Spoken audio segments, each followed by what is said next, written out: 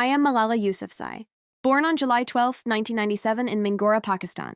Growing up, I was surrounded by mountains and rivers, but also by the weight of traditions that often silenced girls. My father, Ziauddin, was a teacher and school principal. He believed education was the key to freedom, no matter if you were a boy or girl. He gave me courage by treating me as his equal, and my mother, Turpekai, taught me to stay humble and faithful. From the beginning, I was encouraged to speak up and never hide my voice. But in my valley, life changed when the Taliban arrived in 2007.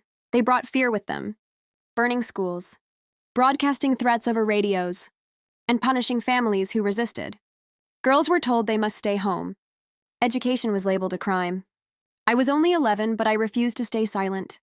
I began writing secretly for the BBC under the name Gul Makai, sharing what it was like to wake up each day, wondering if my school would be closed, or if my family would be attacked simply because I wanted to learn.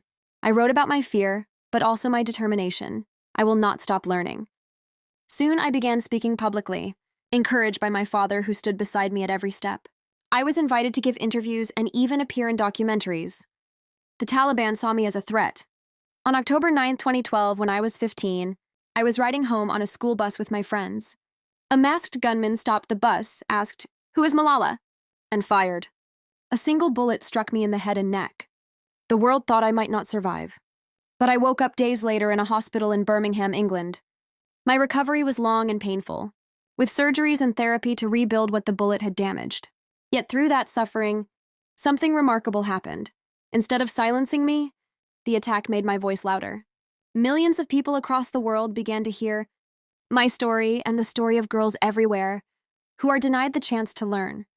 With my father, I co-founded the Malala Fund, an organization dedicated to fighting for 12 years of free, safe, quality education for every girl.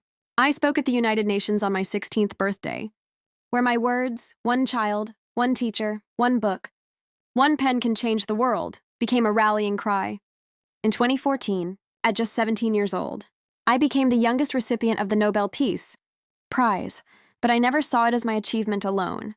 It was for every girl whose voice has been silenced, and every child still fighting for the right to learn. Since then, I have continued my studies at Oxford University, traveled to refugee camps, and met with world leaders, urging them to invest in girls' education. And though I am often seen on global stages, I have never stopped being the girl who once sat in a classroom in Swat Valley with a notebook, a dream, and a determination to learn.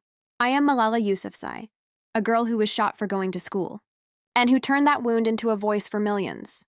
And my fight is far from over.